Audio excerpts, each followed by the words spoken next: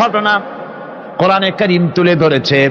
হযরতে আইয়ুব 18টি বছর পর্যন্ত রোগের মধ্যে পড়ে আছেন।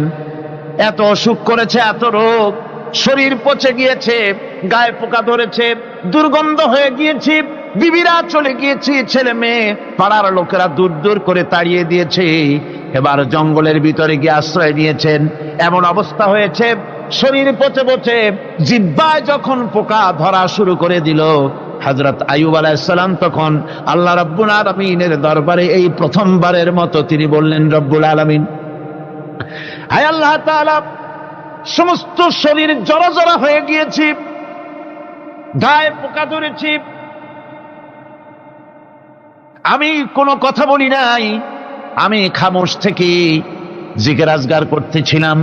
আয় আল্লাহ, এখন দেখি আমার জিহ্বায় পোকা ধরেছে, পোকা ধরা শুরু হয়েছে, আমার জিহ্বা